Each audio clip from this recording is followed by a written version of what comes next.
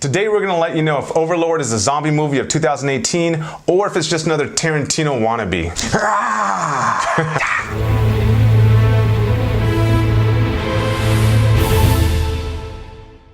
The action-packed war horror flick Overlord is directed by Julius Avery. It stars Jovan Adepo, Wyatt Russell, and Mathilde Olivier. So the film opens during D-Day during World War II as some American soldiers are carrying out a mission to head over to a communications tower and blow it up. Well, when they get to this small village, they find out that it's infiltrated by Nazis, and they come to realize that these Nazis have been performing some weird and unusual experiments on human beings. Yeah, maybe there's Dr. Mengele underneath. Just maybe. Yes. And maybe there are zombies. Or maybe not. Ooh. This movie really felt to me like a romp through a house of horrors, right? Yeah, it did feel like a Rob Zombie film sometimes. Yeah, a crazy haunted or house. Or a Quentin Tarantino film, or even a Stanley Kubrick film. It reminded me actually a lot of Apocalypse Now in a lot of places, yes, which Francis Ford Coppola directed. So, I mean, definitely this director is influenced by all sorts of war and like violent films for sure. Yeah, at the very beginning, it takes you into an airplane where these American soldiers are, they're trying to fly into their mission, right? And then suddenly, you see it in the trailer, they're right? Attacked They're attacked all over, right? Yeah, and there's all these explosions and the camera shake, and it's very loud, very palpable. Like all the gun firing and explosions, and the camera really is awesome, especially as they begin to jump out of the plane and they're or fall out of the plane. Yeah. That's right, or fall out of the plane. It felt like a video game to me. Like I was right in the middle of Call of Duty. I was like, dang, this looks familiar. I was expecting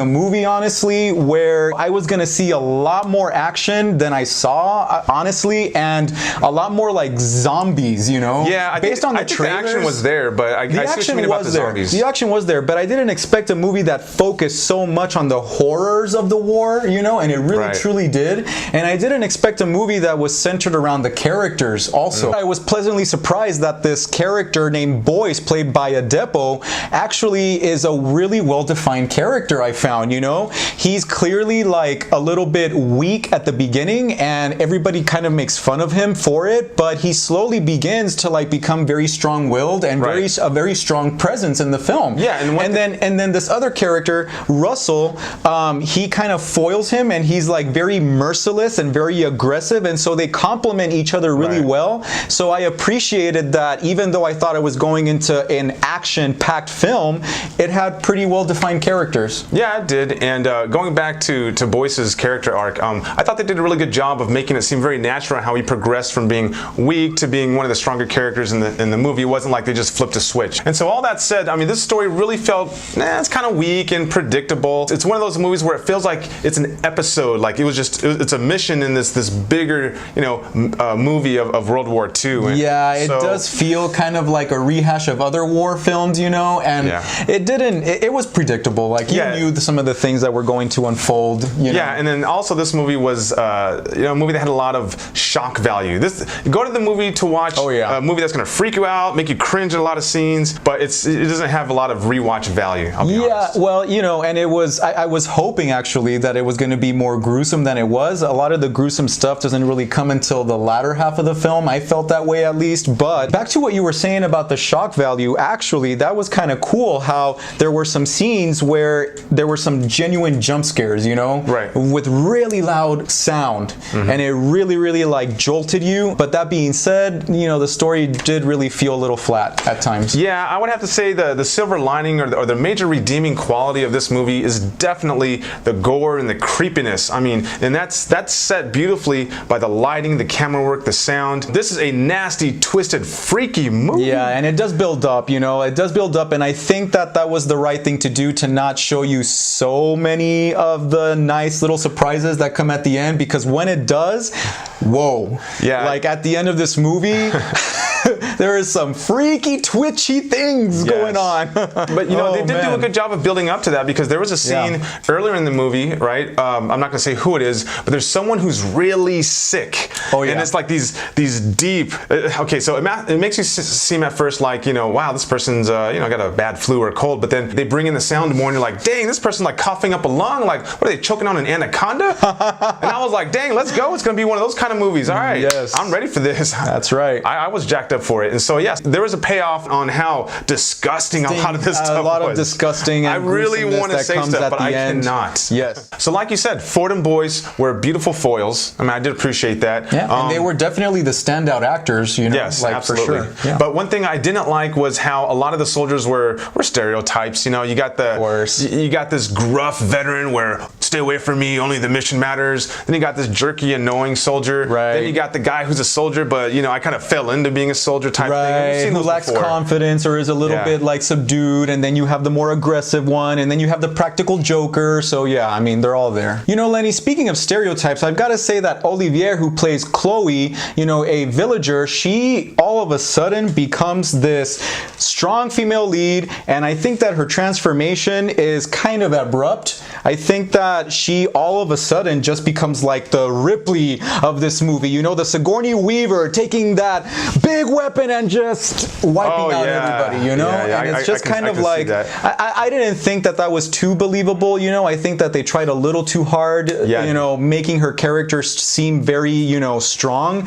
And I would have liked to have seen more of that. Resident Evil. More of that character development, I didn't really have too much of a problem with her, but I can see where you're going with that. This movie, technique-wise, was very well done. Some of the scenes reminded me of Apocalypse Now, the cinematography especially, you know, a combination of like some smoky atmosphere and some startling colors in the background during the night sequences. Right, that was my favorite scene, the one scene in the forest. Yes. Where they had where they had like the and the lighting background and the yellow background. Super creepy. Yes, absolutely. And that's something really out of Apocalypse Now in my mind. I also really appreciated a lot of the camera work, especially some of those like those airdrops. Some of those airdrop scenes, and then some of those tracking shots, especially when the characters were running and they had the camera in front of them and you could see everything that was happening behind them. And what's chasing them. That was really exciting. And I have to say that the sound effects were really powerful, really loud, really intense. It really made for an intense experience. Especially that of the undead, yeah. The one thing that that didn't really sit well with me was the music, you know. I mean, at points it was good, but for me, most of the music was a little too over dramatic. Oh yeah. Like there was one point where this guy was in the tower and he's trying to, you know, it's like toward the climax and he's trying to complete his mission, and there's like dome, dome, dome, dome. I was like, okay, yeah, a little too much. It was like too overpowering, too over dramatic. Yes, it was. I actually enjoyed the music. I actually thought that it was pretty haunting, you know, and I was like, you know, it captivated my attention. So I kind of disagree with you on that. Teach their own. That's right. Now it's time for our real ratings, our real take on Overlord. And I'll be honest, I was excited for this movie, and when it finished, I was like, well, that's pretty much exactly what I expected, but I wish there would have been a little bit more depth. Yeah, to definitely. The characters, more originality. Yeah, especially for the story, I felt. You know, it felt too much like the general plot of a video game a lot of the time. It kind of did. Like I said earlier, you know, had a lot of gore, a lot of shock value, the sound, the cinematography was great, but that's not enough to overcome a very the lack of story, thin, flimsy story, right? Yeah, so my rating for this is going to be 3 reels out of 5. Wow. Well, I am going to say, man, that I am going to give this 3.5 reels. 3.5 reels? 3.5 reels. I can't believe you are giving it 3.5 reels. Can you believe it? Can you believe it? Wow. Well, like I said before, I appreciated the fact that I had some character depth in there. The story, yes, lacked in originality, but I really was intrigued by those characters, and I really was the intrigued. Techniques. You're like an art house guy, so you liked all the techniques. And I stare at the screen whenever there's techniques to appreciate, and there were plenty in this movie. 3.5 reels. I think it's definitely worth a watch, and I think it's fun, you know, but it leaves something to be desired for sure. Yeah. Well, that's our take. That's our real take on Overlord, guys. Hope you enjoyed it. And as always, comment down below. Let us know what we could do better. We've been doing this for a while, but obviously there's room for improvement. So do you want us to add more craziness? Do you want us to start fighting or something? What do you want us to do? More analysis, more in-depth evaluation? Do you want us to wear costumes? And also, please let us know, like, is this movie trying to be too much of a horror film, or is it more of an action film? Does it confuse its genres? Please let us know. Yeah, and as always, guys, we're on social media. Hit us up at Facebook. We are at Real Screeners. And as always, we always point you to the Alamo Draft House. It is the place to be. Also, if you like our videos, hit that subscribe and bell button, and we'll see you soon for some more real takes on films. We're here today to let you know if Overlord is the zombie movie of 2018 or if it's just another Quentin